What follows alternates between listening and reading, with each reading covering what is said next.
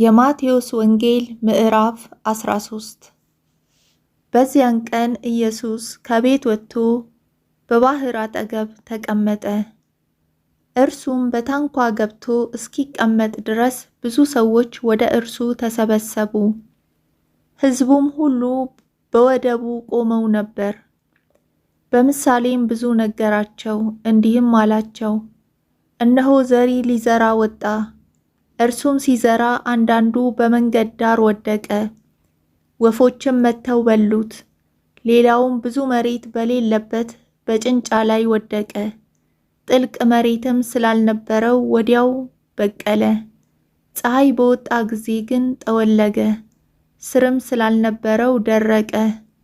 ሌላውም በእሾህ መካከል ወደቀ፣ እሾህም ወጣና አነቀው።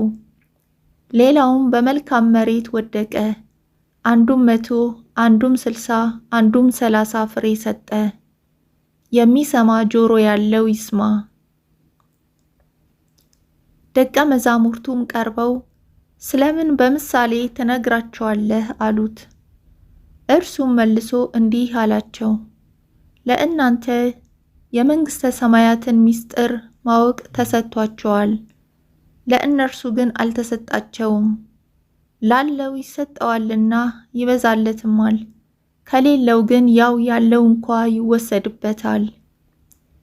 ስለዚህ እያዩ ስለማያዩ፣ እየሰሙም ስለማይሰሙ፣ ስለማያስተውሉም በምሳሌ እነግራቸዋለሁ።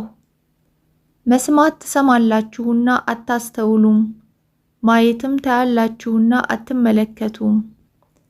በዓይናቸው እንዳያዩ፣ በጆሮአቸውም እንዳይሰሙ፣ በልባቸውም እንዳያስተውሉ፣ ተመልሰውም እንዳልፈውሳቸው የዚህ ሕዝብ ልብ ደንድኗልና ጆሮአቸውም ደንቁሯል፣ ዓይናቸውንም ጨፍነዋል የሚል የኢሳይያስ ትንቢት በእነርሱ ይፈጸማል። የእናንተ ግን ዓይኖቻችሁ ስለሚያዩ ጆሮቻችሁም ስለሚሰሙ ብፁዓን ናቸው።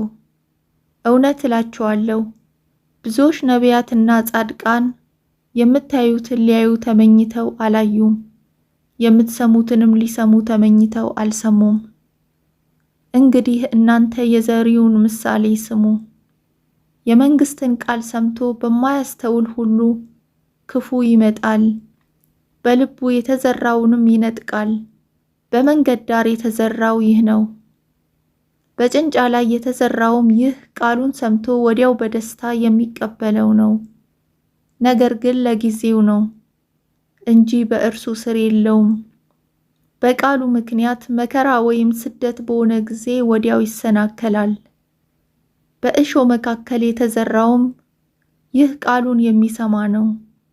የዚህም ዓለም አሳብና የባለጸግነት መታለል ቃሉን ያንቃል፣ የማያፈራም ይሆናል። በመልካም መሬት የተዘራውም ይህ ቃሉን ሰምቶ የሚያስተውል ነው። እርሱም ፍሬ ያፈራል፣ አንዱም 100 አንዱም 60 አንዱም 30 ያደርጋል።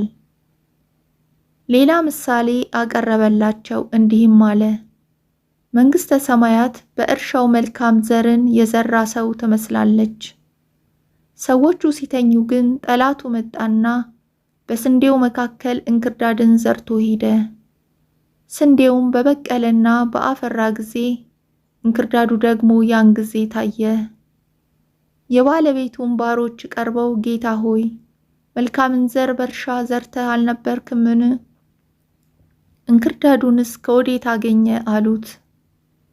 እርሱም ጠላት ይህን አደረገ አላቸው። ባሮቹም እንግዲህ ሄደን ብንለቅመው ትወዳለህን? አሉት። እርሱ ግን እንክርዳዱን ስትለቅሙ ስንዴውን ከእርሱ ጋር እንዳትነቅሉት አይሆንም፣ ተዋቸው። እስከ መከር ጊዜ አብረው ይደጉ። በመከርም ጊዜ አጫጆቹን እንክርዳዱን አስቀድማችሁ ልቀሙ፣ በእሳትም ለማቃጠል በየነዶው እሰሩ፣ ስንዴውን ግን በጎተራዬ ክተቱ እላለሁ አለ። ሌላ ምሳሌ አቀረበላቸው፣ እንዲህም አለ፦ መንግሥተ ሰማያት ሰው ወስዶ በእርሻው የዘራትን የሰናፍጭ ቅንጣት ትመስላለች። እርሷም ከዘር ሁሉ ታንሳለች። ባደገች ጊዜ ግን ከአታክልቶች ትበልጣለች። የሰማዩም ወፎች መጥተው በቅርንጫፎቿ እስኪሰፍሩ ድረስ ዛፍ ትሆናለች። ሌላ ምሳሌ ነገራቸው እንዲህም አለ። መንግሥተ ሰማያት ሁሉ እስኪቦካ ድረስ ሴት ወስዳ በ3 መስፈሪያ ዱቄት የሸሸገችውን እርሾ ትመስላለች። ኢየሱስም ለሕዝቡ ይህንን ሁሉ በምሳሌ ተናገረ። በነቢዩም በምሳሌ አፌን እከፍታለሁ፣ ዓለም ከተፈጠረ ጀምሮ የተሰወረውንም እናገራለሁ የተባለው ይፈጸም ዘንድ ያለ ምሳሌ አልተናገራቸውም።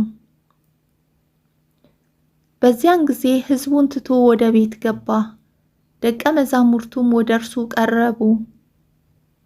የእርሻውን እንክርዳድ ምሳሌ ተርጉምልን አሉት። እርሱም መልሶ እንዲህ አላቸው፣ መልካምን ዘር የዘራው የሰው ልጅ ነው፣ እርሻውም ዓለም ነው።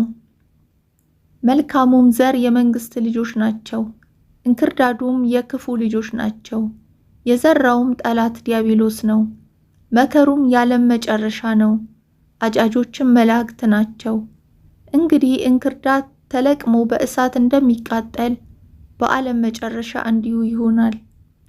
የሰው ልጅ መላእክቱን ይልካል፣ ከመንግሥቱም እንቅፋትን ሁሉ አመፃንም የሚያደርጉትን ይለቅማሉ፣ ወደ እቶነ እሳትም ይጥሏቸዋል። በዚያ ለቅሶና ጥርስ ማፋጨት ይሆናል። በዚያን ጊዜ ጻድቃን በአባታቸው መንግሥት እንደ ፀሐይ ይበራሉ። የሚሰማ ጆሮ ያለው ይስማ። ደግሞ መንግሥተ ሰማያት በእርሻ ውስጥ የተሰወረውን መዝገብ ትመስላለች። ሰውም አግኝቶ ሰወረው። ከደስታውም የተነሳ ሄዶ ያለውን ሁሉ ሸጠና ያን እርሻ ገዛ። ደግሞ መንግሥተ ሰማያት መልካምን ዕንቁ የሚሻ ነጋዴን ትመስላለች። ዋጋዋም እጅግ የበዛ አንዲት ዕንቁ ባገኘ ጊዜ ሄዶ ያለውን ሁሉ ሸጠና ገዛት። ደግሞ መንግሥተ ሰማያት ወደ ባህር የተጣለች ከሁሉም አይነት የሰበሰበች መረብን ትመስላለች። በሞላችም ጊዜ ወደ ወደቡ አወጧት። ተቀምጠውም መልካሙን ለቅመው በዕቃዎች ውስጥ አከማቹ፣ ክፉን ግን ወደ ውጭ ጣሉት። በዓለም መጨረሻ እንዲሁ ይሆናል። መላእክት መጥተው ኃጢአተኞችን ከጻድቃን መካከል ይለዩአቸዋል፣ ወደ እቶነ እሳትም ይጥሏቸዋል። በዚያ ለቅሶና ጥርስ ማፋጨት ይሆናል። ኢየሱስም ይህን ሁሉ አስተዋላችሁን? አላቸው። አዎን አሉት። እርሱም ስለዚህ የመንግሥተ ሰማያት ደቀ መዝሙር የሆነ ጸሐፊ ሁሉ ከመዝገቡ አዲሱንና አሮጌውን የሚያወጣ ባለቤትን ይመስላል አላቸው። ኢየሱስም እነዚህም ምሳሌዎች ከጨረሰ በኋላ ከዚያ ሄደ። ወደ ገዛ አገሩም መጥቶ እስኪገረሙ ድረስ በምኵራባቸው ያስተምራቸው ነበር። እንዲህም አሉ፣ ይህን ጥበብና ተአምራት ይህ ከወዴት አገኘው? ይህ የጸራቢው ልጅ አይደለምን? እናቱስ ማርያም ትባል የለምን? ወንድሞቹስ ያዕቆብ፣ ዮሳ፣ ስምዖንም ይሁዳም አይደሉምን? እህቶችስ ሁሉ በእኛ ዘንድ ያሉ አይደሉምን? እንግዲያስ ይህንን ሁሉ ከወዴት አገኘው? ተሰናከሉበትም። ኢየሱስ ግን ነቢይ ከገዛ አገሩና ከገዛ ቤቱ በቀር ሳይከበር አይቀርም አላቸው። ባለማመናቸው ምክንያት በዚያ ብዙ ተአምራት አላደረገም።